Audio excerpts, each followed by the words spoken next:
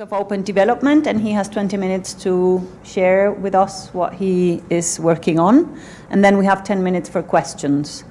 So I leave you with John. I don't like this is working.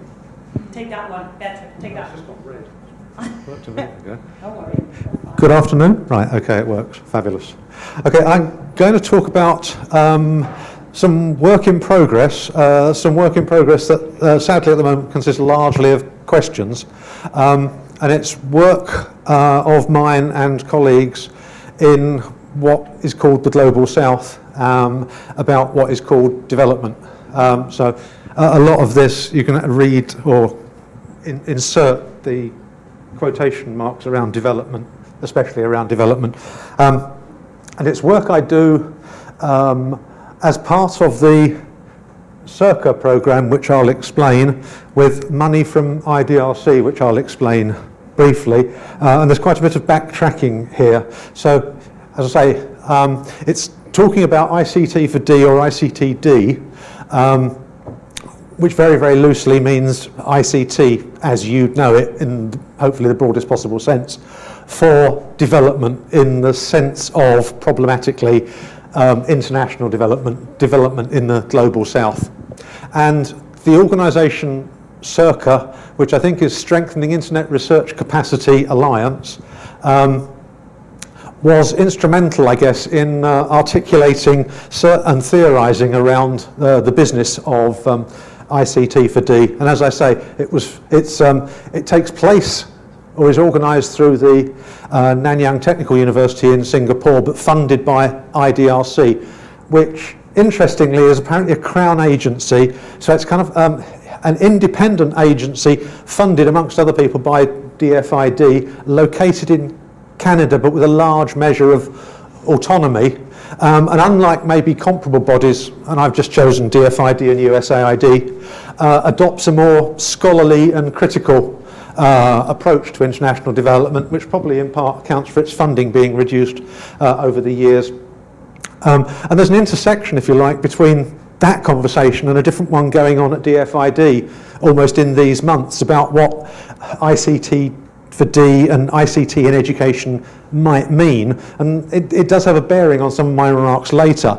DFID are very keen to talk about ed tech, educational technology, and have a real difficulty shifting from that phrase to a different one, an alternative one, which might mean technology for education. There is a kind of institutional focus as opposed to a societal focus, if you like, that they're struggling with, and I'll come back to that briefly. Okay, so without going into too much of the background of ICTD, it strikes me there are 3 or 4 problems around it as kind of currently enacted and developed over the last 7-10 years. Clearly one of them is what is development, and we could have symposia, well no, we have had symposia on just that question, but the particular questions or problems I want to draw attention to are that is often seen in fairly materialistic or economic terms, quantified as something like GDP per capita. You know, development is happening if that particular metric goes up. And it's also often seen as a kind of fairly universal linear trajectory. We are all on the same path. We might be on different parts of that same path. We're all going to get there eventually. And if you like, there's kind of a modernist overtone to it all. And you see words cropping up like leapfrogging and catching up. You know, those words come from this particular viewpoint of development. I think also there is a problem with the ICT for D community, that it has a fairly narrow conception in practice about what education might be, and the phrase service delivery crops up. And so it sees the role of ICT in education as being kind of dumb pipes through which education gets pushed, or dumb repositories in which it is stored. And I guess also for economic types of reason or employment related reasons, there's a strong emphasis on the global knowledge economy, catching up with that, joining in with that, and the role of education in supporting that. And then, maybe obviously, there's an enormous power in terms of resource and prestige around various agencies, ministries, donors and foundations, which pushes a particular agenda kind of by default and kind of understandably around scale and transferability and acceptability and sustainability. So that has a kind of, I don't know, homogenizing effect. It also has, I think, the effect of, as I've said here, leading these things together, leading to a fairly a vision of education or a practice of education largely around the transmission of Anglophone content, possibly from American publishers through American technologies. Oh, and I ought to have said, I think there is the whole thing is muddied by a very dysfunctional relationship between policymakers and researchers, which doesn't help. Okay, so that's, and this kind of illustrates the a very jaundiced view of education. Maybe luckily or unluckily you might not be able to read this. The guy at the top is saying, oh my, what deplorable conditions, these children have no computers, I have to do something. And then a year later, we have someone at a keyboard saying, one more game, mister, I need an upgrade. Just click it, you frigging newbie. I can make a fortune taking my shirt off on a webcam, and so on. ICT for D is quite problematic, I think. The role of the Circa programme in the first two iterations has been to attempt to, having created, in a sense, ICT for D, to insert some critical theorising around it. And I think it's struggled because the resources have gone down, and it's also been hampered by a mission around early researcher development. So it's trying to do too many things at once on decreasing resource. And in building theory, it's been trying to join, if you like, too few dots. But getting nearer to the point about open, Circa 3 has been attempting to define and support and map what open development might be, and it's done so by adopting a thematic approach rather than looking at health or education or governance, looking for cross-cutting themes, and doing this by asking some international experts to work on one or other of those international themes, so Dorothea Klein or Andy Dearden in this country, for example, followed by empirical work by local, meaning in the global south, emerging researchers. So it's still to some extent saddled by this capacity building remit, which confuses things really. Oh, and this, just to keep me real, this is my friend Leonard Wareolu, who on my first trip to Africa all those years ago said something like, if open is such a good idea, why don't you all use it? And I still haven't actually figured out what the answer to that is, having bought into Microsoft and then Apple. Okay, so this is my attempt to define open development. It's not the strict canonical one from IDRC, but I think it's about the ideals and principles and practices and techniques of open being applied to or adopted in the global south for the purposes of development. And this outlines a slide from Circa showing what we were doing, interdisciplinary conceptual framework, followed by emerging researchers in the global south doing some empirical work. And this is us all in a winery in South Africa, theorising frantically. And this is probably something you've seen recycled and redrawn throughout the course of today, attempting to I don't know, diagram what open might look like in a development context. I can't make much sense of it.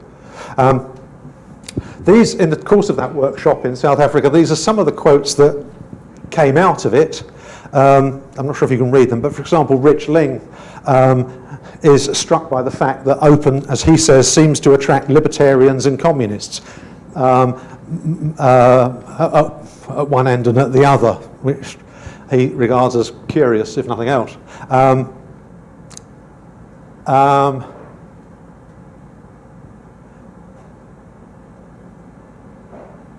Laurent Elder talks about open being a growing theme in a broader conversation about ICT and ICT for D, which is true. It seems to be where ICT is moving.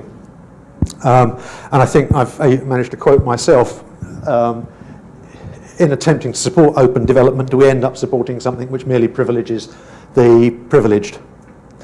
Okay, and so what came out of that workshop for me is, does open do no harm?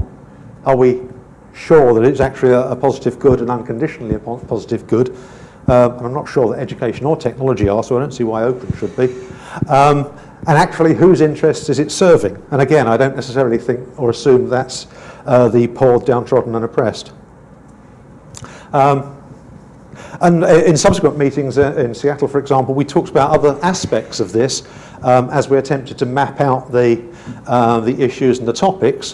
One was in looking at our institutions, was there a kind of paradox between, if you like, open learning and closed management, you know, or working in Web 2.0 kind of ways in Web 1.0 kinds of institutions, you know, working in flat ways where it came to teaching and learning, and working in very hierarchic ways as employees, for example. I wonder if open is, for example, a Trojan horse, especially, in work in the Middle East, where I kind of struggle to separate, talking to people in Palestine, separate modernisation from westernisation. Does open have the same contamination, as it were? A master's thesis from a Dutch student about 10 years ago called OER, knowledge colonialisation, which in the context of subsequent events in South Africa, for example, talking about decolonising the academy, has an interesting modern resonance. And I suppose, does international development, in my case, provoke questions about, if you like, domestic developments? Does what we are trying to do with people in the global south actually have a resonance, give us ideas about how we might be working with people in the global north? And for my thinking, as it were, what I was struck by as one of the researchers in this early phase is this set of questions around open versus free. And I realise now I've put open in quotes, and I should have put free in quotes, because clearly if I'm talking about, I don't know, Google or Dropbox or YouTube, I'm not talking about free. I'm talking about quote unquote free. But I was concerned about these questions, for example. But does open privilege institutions at the expense of individuals? Is open something that has now been co-opted to support the business models of our universities and colleges? Does it privilege formal rather than informal learning, or maybe teacher-driven learning as opposed to learner-driven learning, pedagogy versus hertagogy, maybe?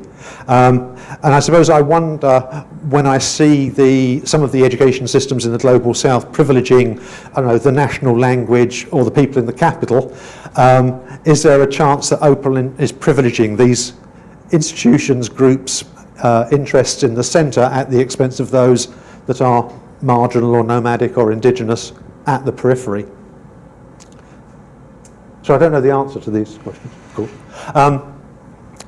Rich Ling and I have been entrusted with the theme of trust and how that works in, or might work in, open development. And the empirical work, which is just starting, will happen in a NGO, looking at how people understand and report contracts, procurement, defects in the roads in Chennai. And this is kind of part of the problem with Circa. It's been very difficult to find something that addressed some cross-cutting themes, in our case education and something else. And originally the something else would have been the health services, just that we didn't get any proposals about the health services.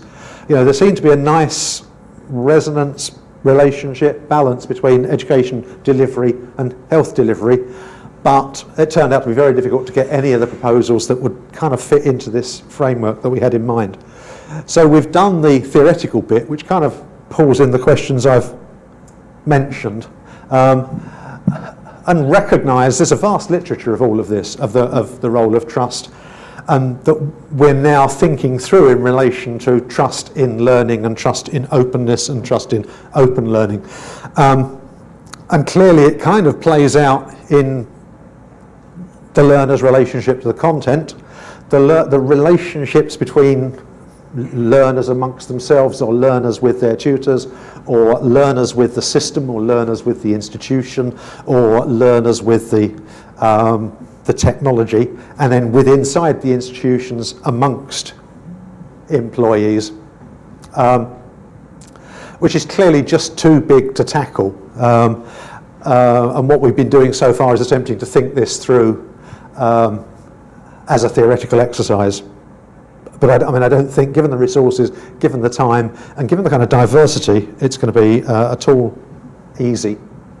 And one of the aspects that interests me is the possibility, well, no, the certainty, I suppose, that both trust and pedagogy are culturally specific, that they exist in cultures, and trust, for example, exists in a culture alongside authority, risk, community, difference and choice. So I'm kind of obliquely referring to Hofstede and how you characterise one culture as opposed to another, and how one might be risk-taking and risk-avoiding, for example, or one might be authoritarian and one might be consensual. Well, trust obviously sits in amongst all of those different dimensions. Just in different societies, those dimensions will be different, and so the place or the absence of trust will be significant. But how those different aspects of culture then relate to pedagogy are also part of the equation. So it's not simple. So yeah, learning exists within culture, trust exists within culture, and so on and so on. And I think that's part of our problem, that this is just way too complicated for our resources. This is way too complex for our empirical work, and unfortunately we're trying to invest too much in too small a volume of researchers. So on that, I've still got 10 minutes. Yeah, well, because you started at 3:05, because you have problems with your slides, but if you're finished, that's great. Oh, well, that's an abbreviated version. That's great. Any questions in the audience? Yeah. Do you need the mic or? Right. Thank you. Rob Farrow from the Open University. Thanks, John. So I don't know that much about international development, but I think about open quite a lot. About open. And here's some of the things that I found helpful in terms of trying to work it out. One would be to say there is no sort of essentialist definition of open. It's not a sort of universal category. We can only look at sort of specific instances and examples and a sort of contextual understanding of open in that context. And a similar point, I would say, there's a sort of linguistic trick we play with open, right? Because when we say this is open, it sounds like we're ascribing some sort of positive quality to it, right? But actually what we're talking about is an absence. And it's the absence of restriction or barriers to activity. So if we say this is open access, it's like, well, now you can get it, there's no barrier that was there before, and now it's no longer there. This is an OER, which means you're not impeded if you want to share it in certain ways and so on. This is open data, so you can access it and you can do these things with it. But it's always the absence of restriction rather than a sort of positive quality. I'm not sure if I'm explaining that very well. But once you start thinking about it in this way, some of these problems that you've identified, I think, might be ameliorated a bit, because there is no sort of universal open thing that we're imposing. It's like, well, in this context, it means this, and these are the barriers that are being removed. So I'm just offering that as a kind of provocation, I suppose, or something for you to ruminate on if you wish, but I found it useful. No, sorry, I agree with you, and I hope I understand you. I think actually the problem is often, and maybe that's true of much research, that we understand and nuance what we're saying amongst ourselves, but that is not what, for example, practitioners, corporations or policymakers want. And what on the one hand might look like essentialising from our perspective is seen as a very necessary way of making progress amongst all of those other communities that are actually doing things, sadly. Any other question in the audience, or comment, or anything that would add to John's confusion? Which is a good sign. Thank you. Because you are researching, so you really... Hi, I'm Elise Dufieff. I'm from Publish What You Fund, which is an organization that campaigns for aid transparency. And I'm currently also doing research. I come back from Benin and Tanzania, looking at potential of uses of open aid data. And I wanted to pick up on a few questions that you mentioned at the beginning. If you could elaborate when you were asking, like, does open do no harm, or whose interest does it serve? Like, if you could elaborate a bit on this, because I guess so far the work that I've been involved in was looking at it from a different perspective, as in how could open data actually help overcoming some of the disparities in terms of, power imbalances between donors and recipients, for example, and help in terms of leveraging, I guess, the playing field. So just, if you could elaborate on these questions, what do you mean when you're asking, like, does open do no harm, and who's interested? I think it was our reaction at the time to what we saw as a simplistic assumption that open everything was unconditionally benign, and it was just something we felt needed building into the discussion. Stop, look, wait, ask.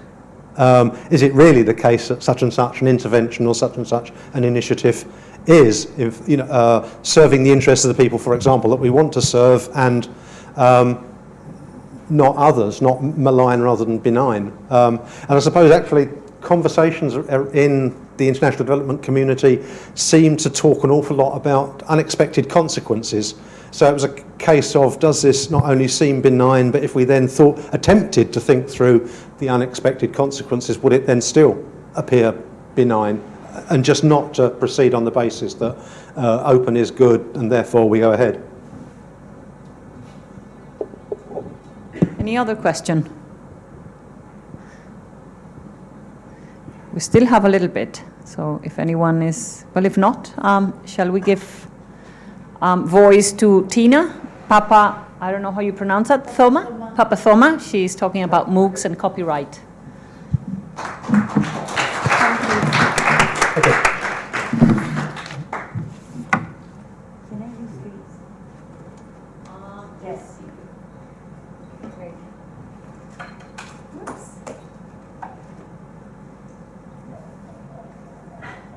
Good afternoon. Oop. It doesn't want to stay. No, it's okay. I'll keep it here. Yeah, I'm okay. I need this, right? Sorry, I didn't think about that. So I'm Tina Papathoma. I'm a PhD student at the Open University at the Institute of Educational Technology, and my research is related to how MOOC educators learn how to teach in MOOCs.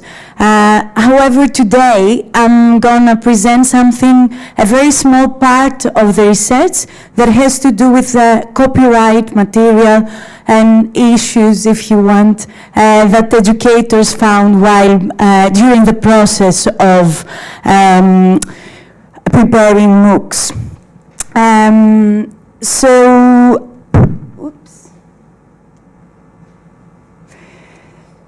So let's unpack this research question. We are looking on how do MOOC educators find out about copyright. When we talk about educators, educators may be PhD students, lecturers, professors, learning designers, a librarian, people at the head of the organization related to education, and all these people were involved in the process of designing, running, and facilitating the courses. When I mention find out, I refer to the knowledge they get and the problems they experience about copyrights and OERs. So do they learn from training? Do they learn from practice while they are running the MOOCs? Do they learn from each other while they collaborate with their colleagues? Do they self-regulate? Do they reflect on their own practices? And how all these do they integrate with each other? So this is part of the integrative pedagogy framework of Tijala. You can find it online. And when we are talking about MOOCs, they are courses offered by the FutureLearn platform. So I actually did a case study, a multi-case study, and I looked, oops, I forgot the copyright thing, the most important thing. The law gives the creators rights to control the ways in which their material may be used. So we're going to look at this. So I took a multi-case study approach, and I looked on 7 cases that they were related to history and politics. And I conducted 28 interviews with PhD students that were facilitating and writing in the external blogs. I will explain what that is. Lecturers and professors that they were actually preparing the academic content, and they were also facilitating the courses. Learning designers that they were responsible for the design of the MOOCs, a member of staff of an organization related to education. So what do we see from the data according to the integrative pedagogy framework?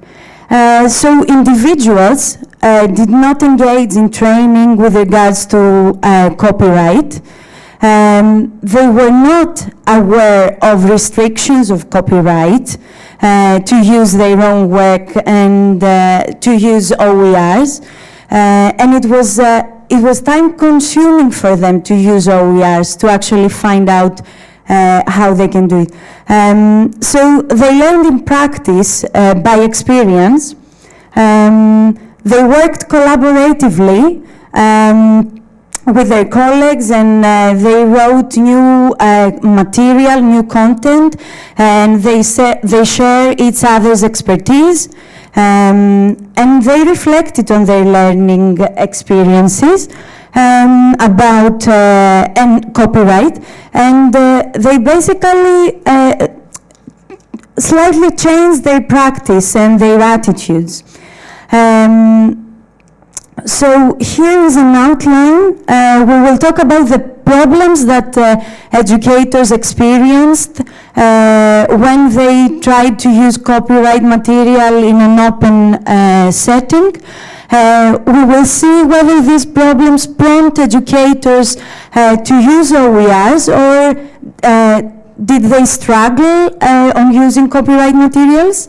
And then we will look at while they were learning about copyright, as they learn about copyright, does actually that knowledge change their attitude? And I will finish with how we could possibly support educators. So starting with the problems that educators experienced, when they tried to use copyright material in an open setting, they found restrictions on the use of copyright materials online versus traditional classes. What do we mean by that? So here is a quote of an academic, of an educator that he was preparing the academic content. So he's mentioning that when he was doing a lecture, he was not too worried about copyright, because it was just inside a room, so he could show clips and of films. But on the MOOC environment, he was feeling that it is a public domain, and this became problematic for him. That he couldn't actually show videos that he probably wanted. Another restriction is that educators couldn't use their own work because it was protected by copyright. So an educator that was preparing the academic content here, she's saying that they were told that they couldn't actually even use the text of their own articles. They couldn't copy and paste. Other restrictions was the price of buying material, copyright material. And also they were restricted by time that they needed to find OERs to use them in their courses. So an educator who was preparing the academic content in another case is saying that it turned out to be extremely expensive, so they made a very limited use of materials that they were given license. And the great use of materials of Creative Commons shared licenses, but the reproduction was they spent a lot of time trying to find open sources materials.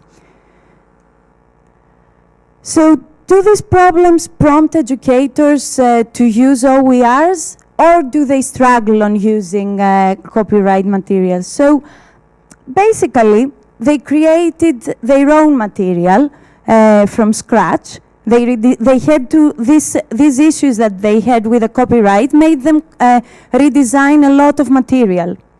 And the use of material, they used material outside the platform, the FutureLearn platform, via external blogs on YouTube, on Flickr pages that they had to share photos.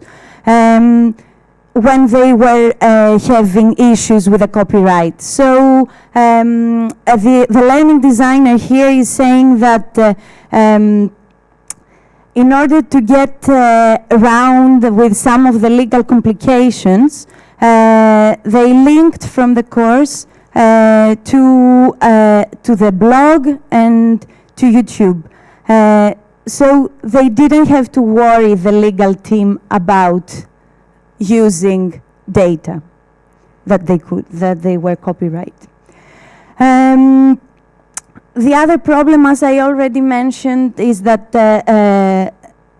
they purchased very limited copyright material, so they were limited by the content, and they used OERs, but it was time-consuming. So as they learn about copyright, it is interesting to see if this changes their knowledge or their attitude to OERs. They say that the creation of their own material, which is unknown if it's OERs or not, so we don't know if the material they used is open, is OER, they reused this material for other purposes. So they used it in the MOOC, this material, and then they might have taken the MOOC in the class and they reused it.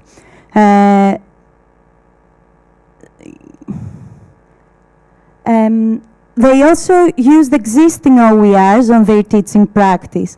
So the educator that was preparing academic content in case G said that because everything is being published online, there is a heightened awareness of the need to get permissions for all the materials we use, which you don't get when you're teaching live.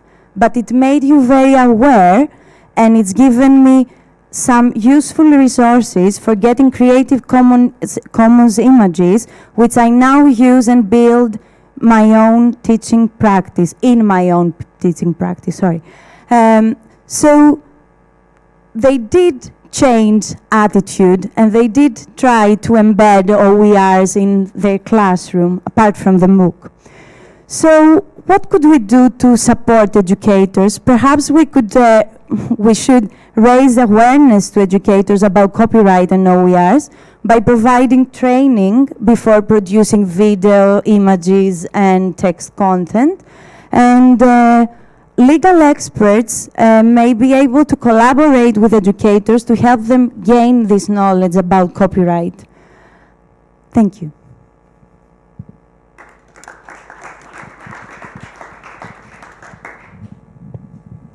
Any question from the audience?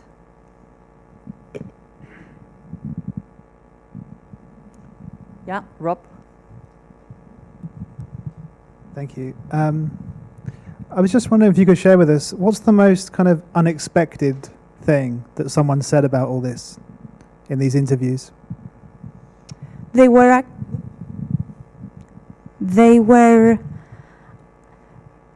actually saying that even though they had these difficulties of finding content,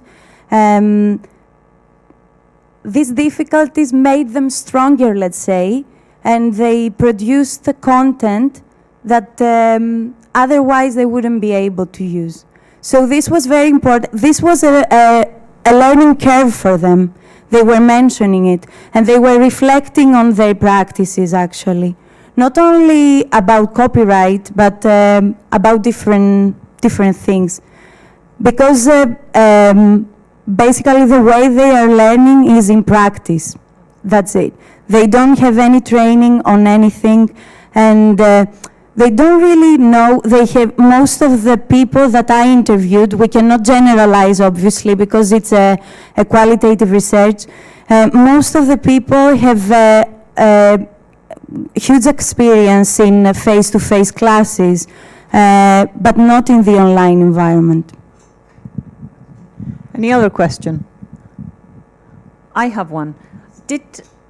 While they were doing their own materials, that you were saying that they decided then to do their own material, did they do the proper then licensing so that could be then used by others with less difficulty? I was just wondering. Yes, actually, the legal team, in one case at least, that the university was very into MOOCs, they had a legal team that was quite supporting the educators. They made the educators to name every photo, every text, and so that it has license. And in another case, that the person did not mention anything about copyright issues and stuff like that, because I actually participated in most of these courses to see how how educators were actually responding to the course. This educator had CC BY in every text, in every photo, and he was mentioning who created what. But this was not the case in all the courses I looked at. Yeah. Thank you very much.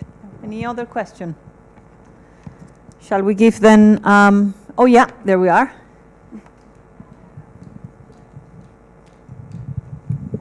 Thank you.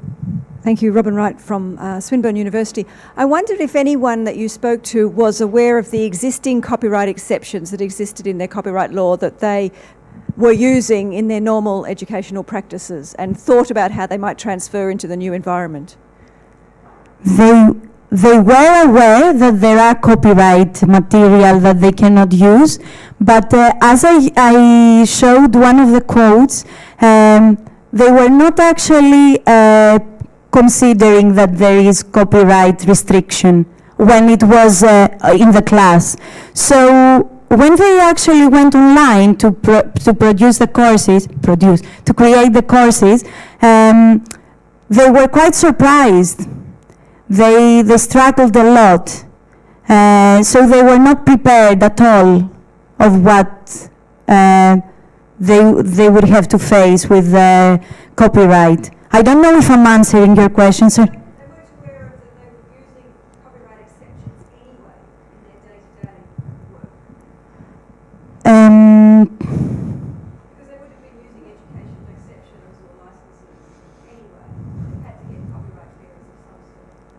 they had to do that. They had to get a copyright clearance in lectures. But but not everyone talked about this. So yeah. Any other one with any other question? Well, is that it? Thank you very much, Tina.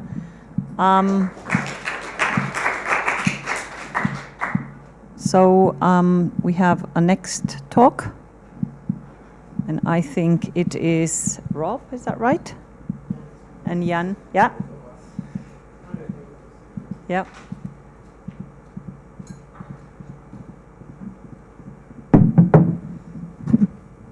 Great to see you here. I saw your webinar.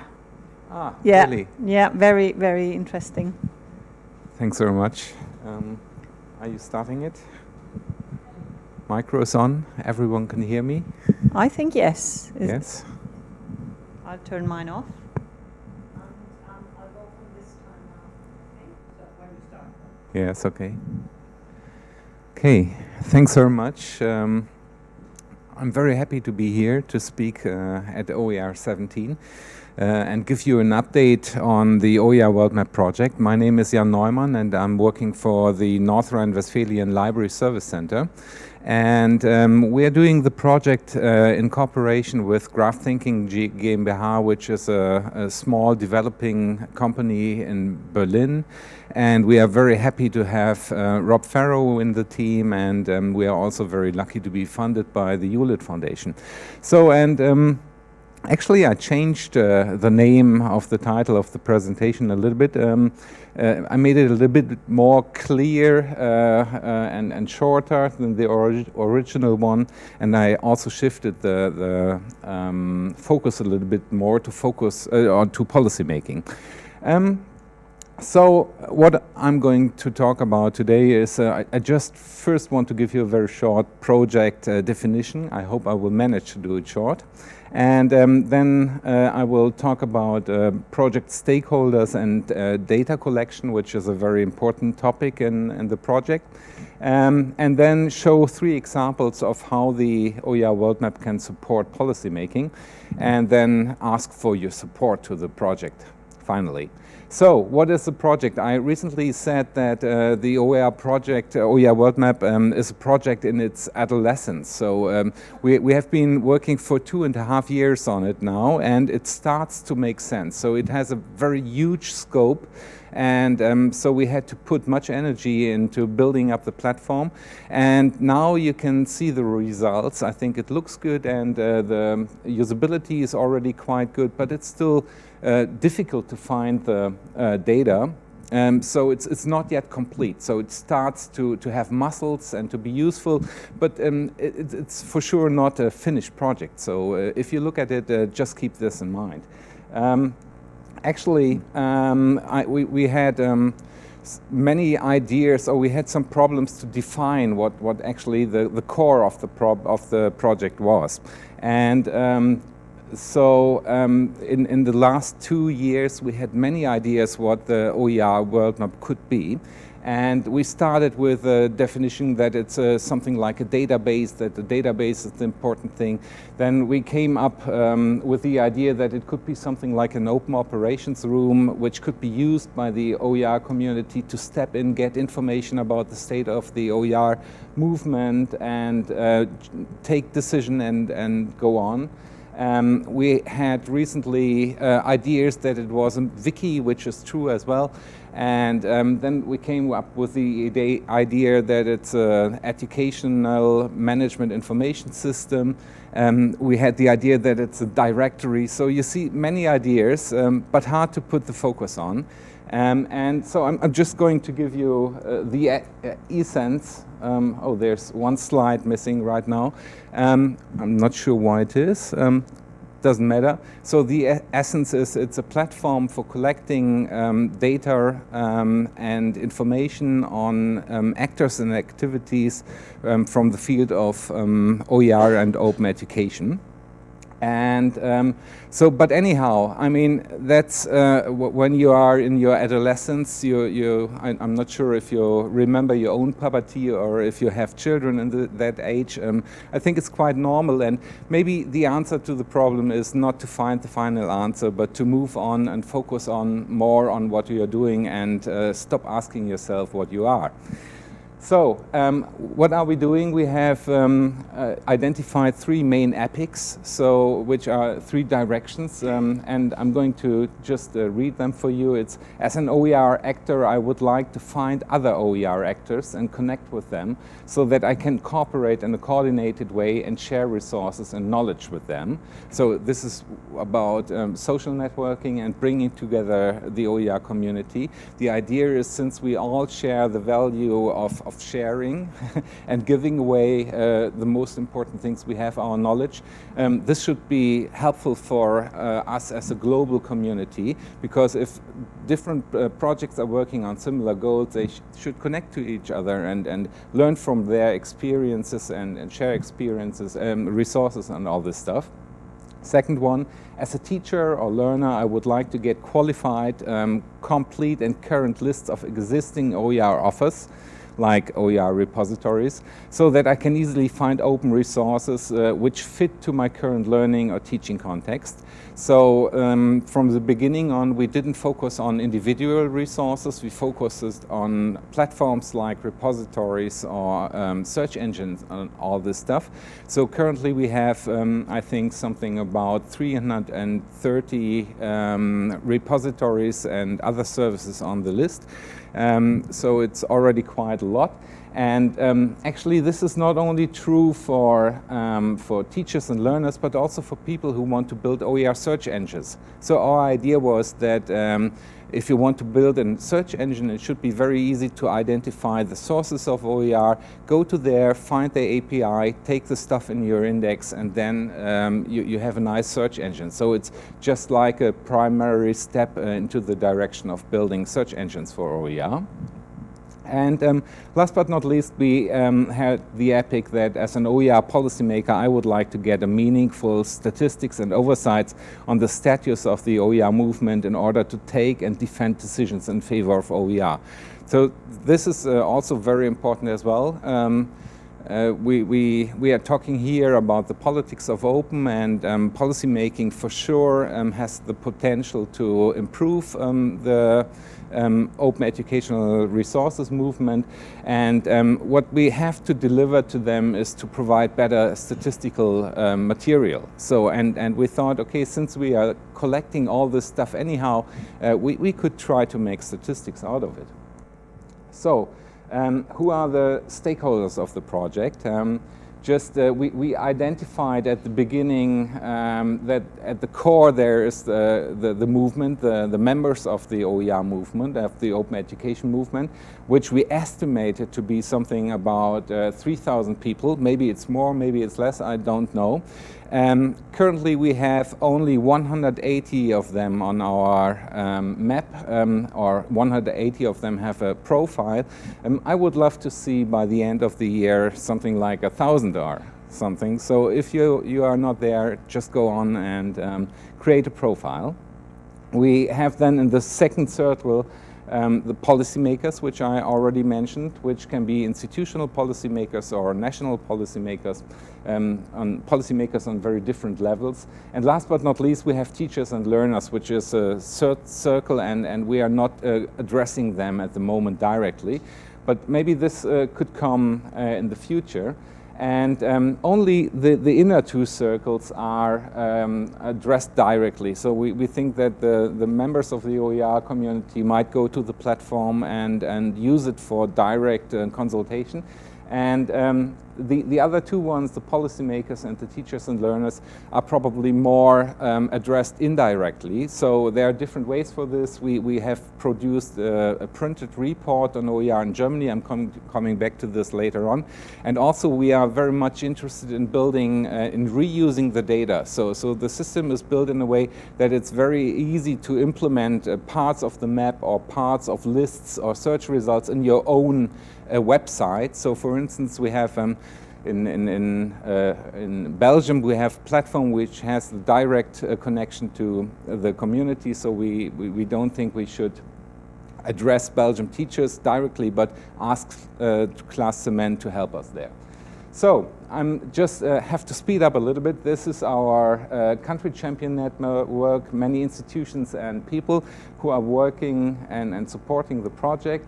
And I've got to get to the one important point here, to the data collection. And the question is, who collects all the data? And we have three groups of people, and the first one is people who are being paid for it. The second group is people who benefit from it, like if you have your own project, then you might want to use the World Map as a platform for marketing. And last but not least, there's a small group of people who just have fun collecting this data. And our idea is that we should build something like a hybrid business model where we have paid editors, like in Germany now we have an OER program and we have one person who's being paid to collect the data in the OER world map. And so there grows a basis of data, and as soon as there is a critical mass is achieved, we hope that more and more people will jump in and spend their own data to the platform, and we hope to create something like a virtuous cycle which supports itself and just results in sustainability. So the situation of or the location of the project is quite interesting from a community development point of view, because it's just at the interface of top-down and bottom-up. When we started to do it, we didn't know how to do it best, so we said we're taking an open approach and just see what happens. And for sure, our mental models were very much influenced by bottom-up, because that's at the core of OER. But nevertheless, we found out that it's not, the top-down approaches might help as well. And so we were open to there. And as we will see now, we got some initial examples which are coming more from this top-down field. So how does the OER World Map support policymaking? I have got three examples for us. The first one is we have the OER Info program currently in Germany. This is why so many German people are running around here at OER17. And this is something like 25 projects who are being funded to develop know-how on OER. And in the scope of the project, there will be developed something like a country map interface. So at the moment we have a world map interface, and we will build an OER Germany map interface for this. And we think that this helps to focus on the national perspective. And for sure, as soon as we have it for Germany, it can be reused for every other country of the world as well. So if any organization is interested in running an OER map of their own country, they can simply take it, implement it in their website, and then start collecting the data in the back end. And so this will be one point, I think. Second point is reports. I also already mentioned them. We developed a printed report on OER in Germany. It was something like 80 pages long, and it was presented last year while in the middle of the policy-making progress. And we believe that this is maybe old-fashioned, but it works for policymaker, because there are some people who are very more related to print still, and it just gives you some haptical experiences. And if you see here, we have these country view on Germany, and just down there we have something which we name country report. So this is linked to the OER Atlas. We are going to produce, or hopefully we are going to produce, a new version this year. And we hope to implement this as a function of the platform as well. And we hope to link to other reports as well. At the moment, if you make a country report on OER, it's just something like a snapshot. And I think one big potential would be to link it to the underlying data. So if you have the data, you can click on it and directly see what initiative is behind it and what's the state of the initiative, how did it develop, and I think we can improve the quality of our reports very much and then get more money from policy makers because there's more evidence. So I think this will be a very interesting challenge of the future. This year's program documentation also from the OER Info program in Germany. It might not be so revolutionary to you. What you can see here is the profile of the program, which is called Richtlinie zur Förderung von offenen Bildungsmaterialien. And under here you can see this is a list of all the projects which are included in the program. And if you click on the project, then you can see the project and you can see all the people who are working on the project. So there's a direct link from the program to the individual people who are working there. And you could imagine that we expanded by implementing policies there. Then you have a policy, click on what is the program which resulted out of the policy, so which services resulted out of this policy. And we can build chains of logical change to find the right information we need. So you can find at the end the people you can contact and ask them further information. So I know in the UK the OER program was very well documented, so it might not be so new to you, but in Germany it's quite new. Programs are normally not that well documented. Last but not least, I'm talking about statistics. At the moment we have some very simple statistics online on the platform, but we are working to implement a tool which is called Kibana. It's actually already on our server, but we still have to implement it in the system and in the front end. And this will bring much more power to generate statistics, and we'll see how this manages and works out in the future. I think the statistics epic is still the least developed epic so far, so we can, we'll see what this year will bring for us. So, help us to grow up. What can you do? Simple thing, just register on the map and create an own profile. We have just published a survey today to find some open questions. One of them is, it's still unclear to us to what degree the OER workmap should be a social network. So for sure there is some social network functionality included there. But as I said, it's something between top-down and bottom-up, and we would love to see what the community thinks on this question.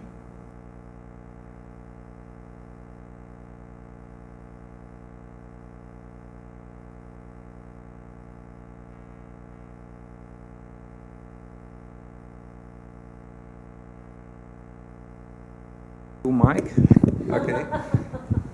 First one is empty. Okay, it sounds different as well.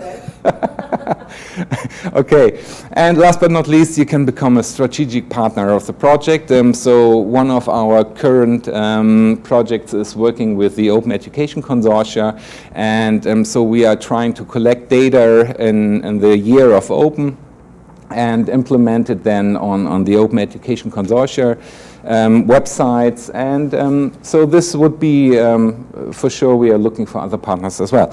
And I'm coming to the end, some minutes before the time, and finally with a new and fresh micro here. Good for questions now.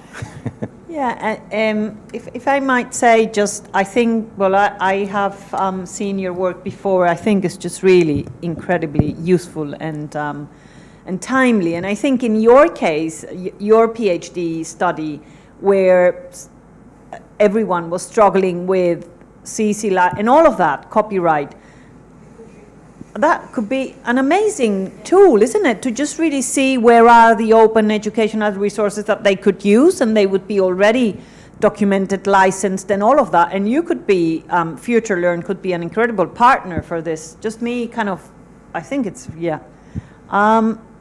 Anyone with questions or comments or anything? Well, I think we have done incredibly well in this session. We have time for refreshment. Shall we call this a session in an afternoon? And we're ready for coffee and tea, if anyone doesn't have anything to say. Yeah, great. Thank you very much for being here and for the great presenters.